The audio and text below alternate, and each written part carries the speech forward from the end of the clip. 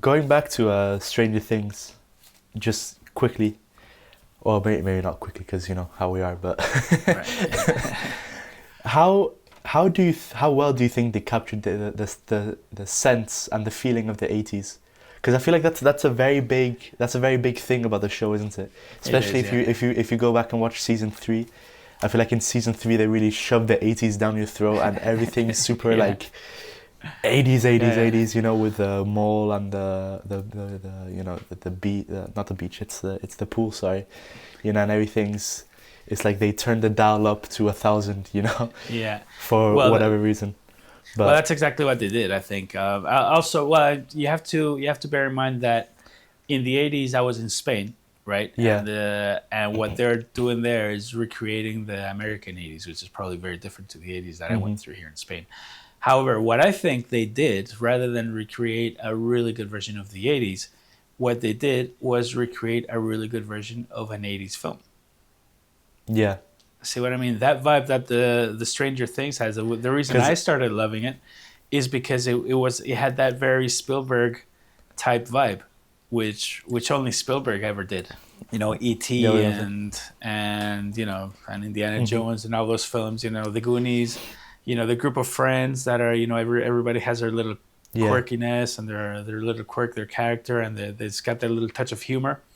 I think hmm that's what they went for, and because all that started in the '80s, they did a really good job of recreating an '80s film, really. hmm And of course, yeah, I mean the fashion and all that's just a little bit exaggerated, I reckon.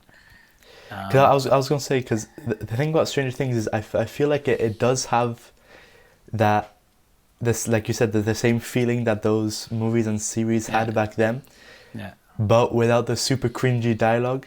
Especially yeah, in season 1, the like even the acting is which is quite surprising because the kids were very young, is really good, it's you know. very good. Yeah, And yeah, I feel like, because I remember when it came out, you were telling me that the reason you guys liked it so much was it did feel like the 80s, and it did feel it did. like Yeah, they yeah, really were in that time, yeah. which Have I you think, watched it? Have you watched E.T. the film? yeah, yeah. But Right, I mean recently, or just in my life. recently. Recently, S- no, not for a few years, but I remember a lot of it because you know, I used to love that film when I was young, and I watched it so many times when I was younger. I still remember quite a bit of it. Right. Well, I invite you to go back and watch it, and watch hmm E.T. and watch the Goonies, and you'll see what I mean. You'll see how the vibe is very similar. Yeah, no, And and I and completely agree. actually, you'll see. I haven't, to be honest, I haven't watched ET for a long time, so I might be tucking out of my butt here. It Yeah, might have aged really badly, but I do remember that the child actors there, hmm Drew Barrymore and all that, they acted really well. hmm I seem to remember that it was a very natural flow, how the dialogues went and how they had that little banter, just like in Stranger Things. How the friends have that yeah, banter in between them, and they have this chemistry. yeah, Well, that when I watched Stranger Things, it reminded me to ET exactly the same. yeah. The chemistry between all the characters, but the whole recreation of the '80s was really well done.